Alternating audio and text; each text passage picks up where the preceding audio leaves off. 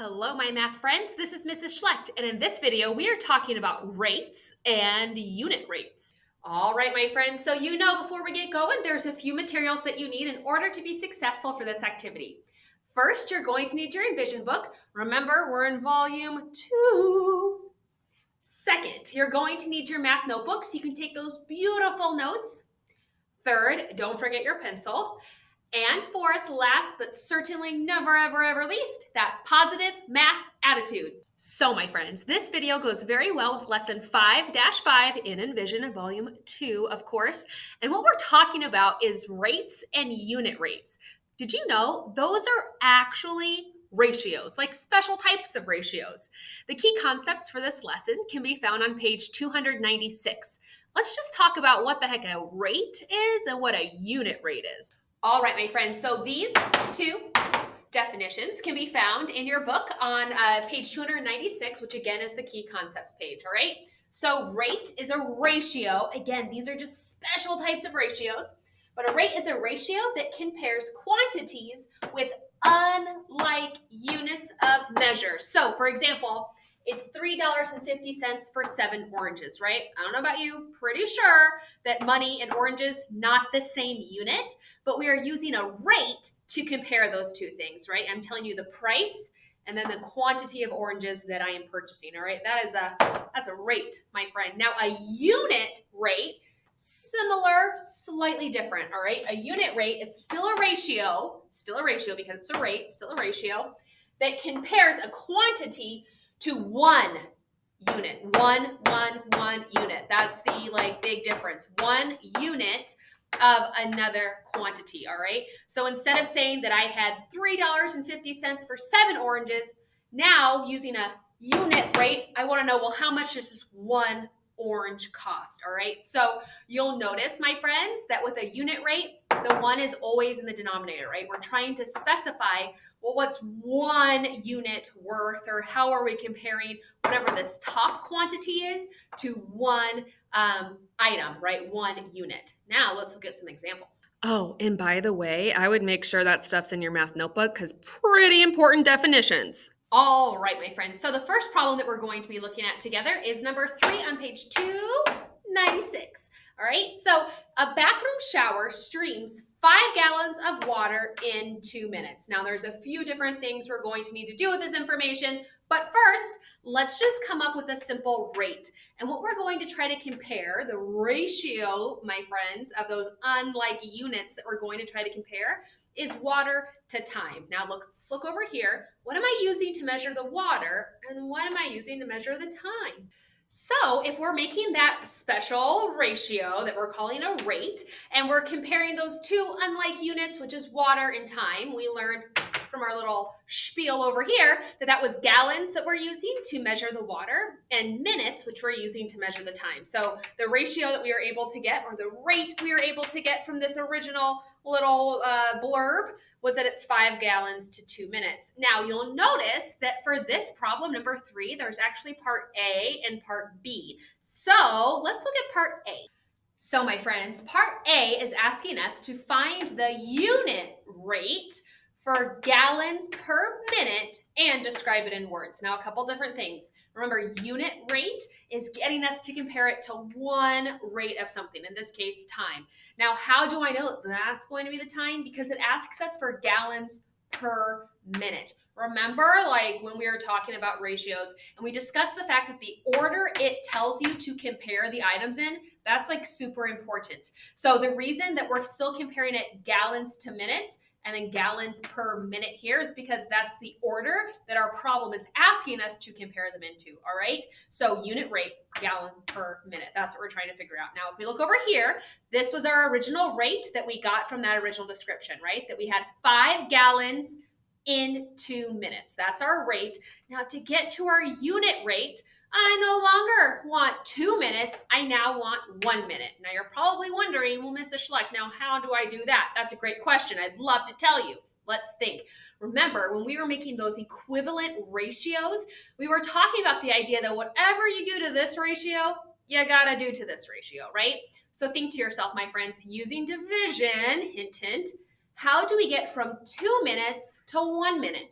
Well, in order to get from 2 minutes to 1 minute, we just divided that 2 minutes into 2, and that gave us that 1 minute. Now remember, in order to keep it balanced and in order to keep this an equivalent ratio to make it the same unit rate that would match this rate, we need to do the same thing to the gallons. So just like I divided our minutes by 2, we are also going to divide our gallons by 2 as well. So my friends, pretty exciting stuff.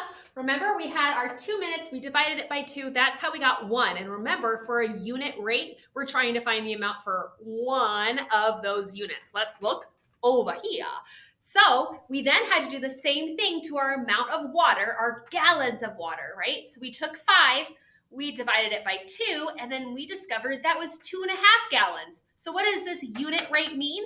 It means that this shower streams 2.5 gallons of water per 1 minute. Great job. Now let's look at part B. So my friends, part B is also looking for a unit rate, but it's a little bit different. Remember, order that it's asking you to compare these quantities in, super important. And this is what I mean. Let's look over here.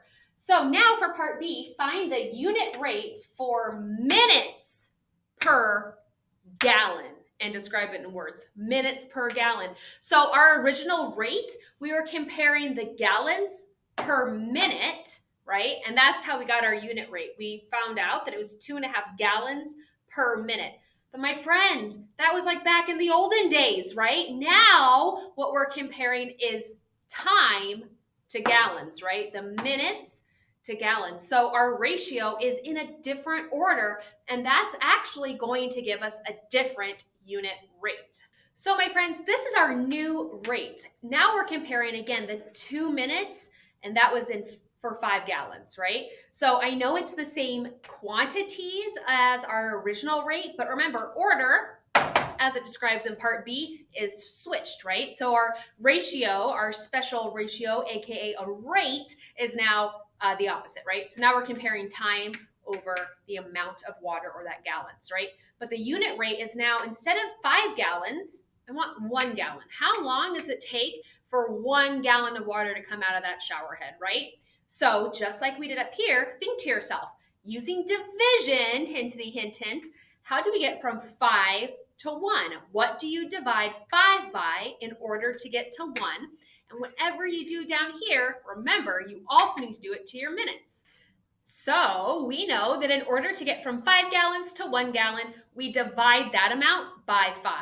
And remember, in order to keep this as an equivalent rate, in order to make sure that this unit rate matches the original rate, we need to also do the same thing to the minutes as well. So we'll take 2 minutes, we divide that by 5, and then that gives us 4/10 of a minute.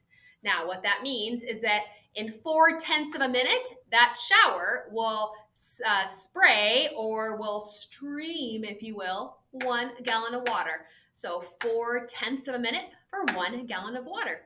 All right, my friends, so the next 2 problems that we're going to be looking at, still on page 296, and it's number 8 and number 9. Now, the reason that I chose to go over number 8 and number 9 is because it actually involves these unit rates that we discovered in problem 3, all right? So again, the 2 unit rates that we discovered was if we're comparing the minutes to gallons, it was 2.5 gallons per 1 minute, right?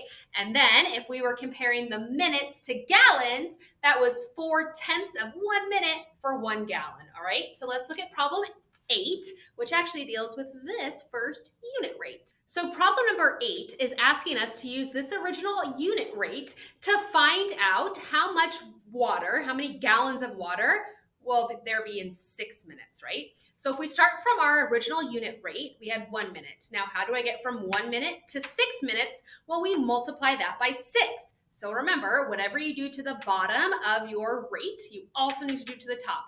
So if we multiplied 1 by 6 to get 6, we are also going to multiply 2.5 gallons by 6 to find out the amount of water, the amount of gallons that our shower will produce in 6 minutes. So 2.5 times 6 is, that's 15 gallons. So what does this new ratio mean, my friends? What does this new rate mean? It means that in 6 minutes, our shower produces 15 gallons of water. Now let's look at number 9. All right, so number 9 is dealing with this unit rate over here, all right? When we had 4/10 of 1 minute produced 1 gallon of water. Now, number 9 is asking us, well, how long will it take to produce 10 gallons of water, right? Now, we know in order to get from 1 gallon to 10 gallons, we'll multiply that by 10. And remember, whatever you do to the bottom part of your rate, you also need to do to the top portion as well, right? So if we multiplied 1 gallon by 10 to get 10 gallons, we are also going to multiply 4/10 of a minute times 10 to get our new amount of time. So check it out, my friends. This new information tells us that if we are looking for 10 gallons of water, it would take this shower 4 minutes to do that, because again, we used our original unit rate. We multiplied each quantity by 10, and that gave us our new rate. All right, my friends. So again, that was just a quick run through over rates and unit rates. As always, if you have any other questions, please let me know.